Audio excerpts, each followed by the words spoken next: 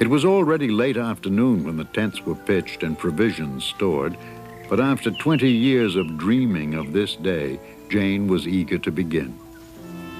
Unarmed and untrained, she ventured into a strange new world.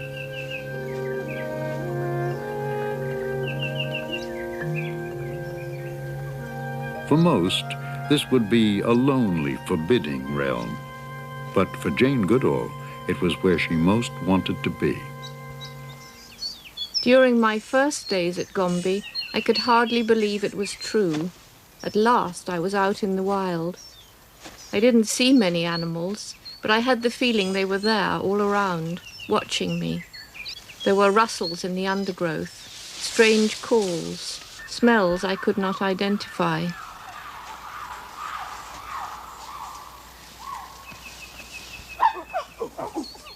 For months, the objects of her search invariably fled at the mere sight of her.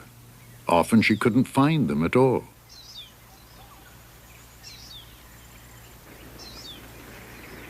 It was a steep, rigorous climb to the open ridges above, but perhaps, she hoped, a way to pinpoint the nomadic apes below.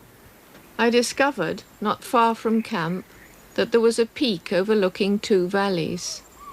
And from this vantage point, I was able to gradually piece together the daily behavior of the chimps.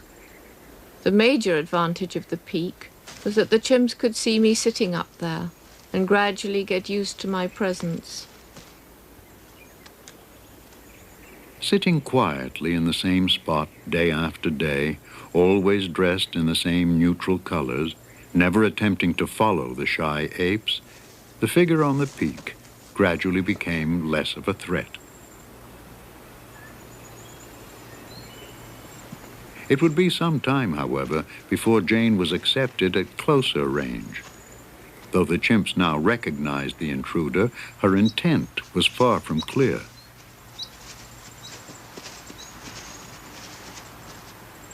Jane had to accept the realization that, for the time being at least, much of her knowledge would be based on indirect evidence, like an abandoned sleeping nest high in the trees. Jane found the nest was not simply a pile of wadded leaves, but a carefully interwoven platform created by dexterous hands and a reasoning brain. But the intelligent creature who made it had long since moved on.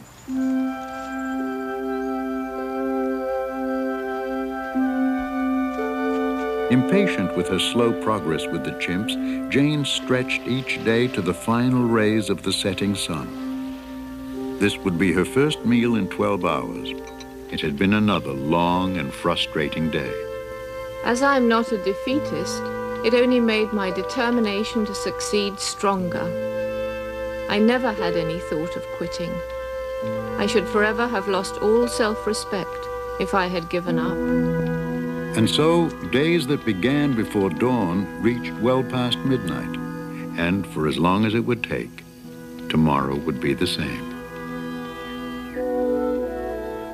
Even when there were no chimps to be found, there was always much to be done. Samples of plants that chimps eat would be preserved for later identification.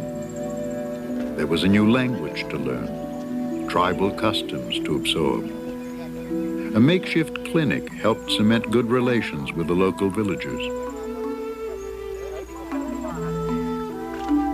With camp life settling into a comfortable routine, Gombe increasingly became Jane Goodall's private world.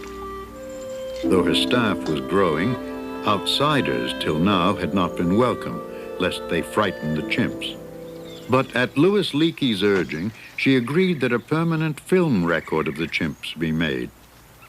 To shield herself and the cameraman, she built a blind, a screen of leaves. Hugo van Lawick is a specialist in wildlife. Primarily funded by the National Geographic Society, over the coming years, he and Goodall would capture details of chimp behavior never before dreamed possible.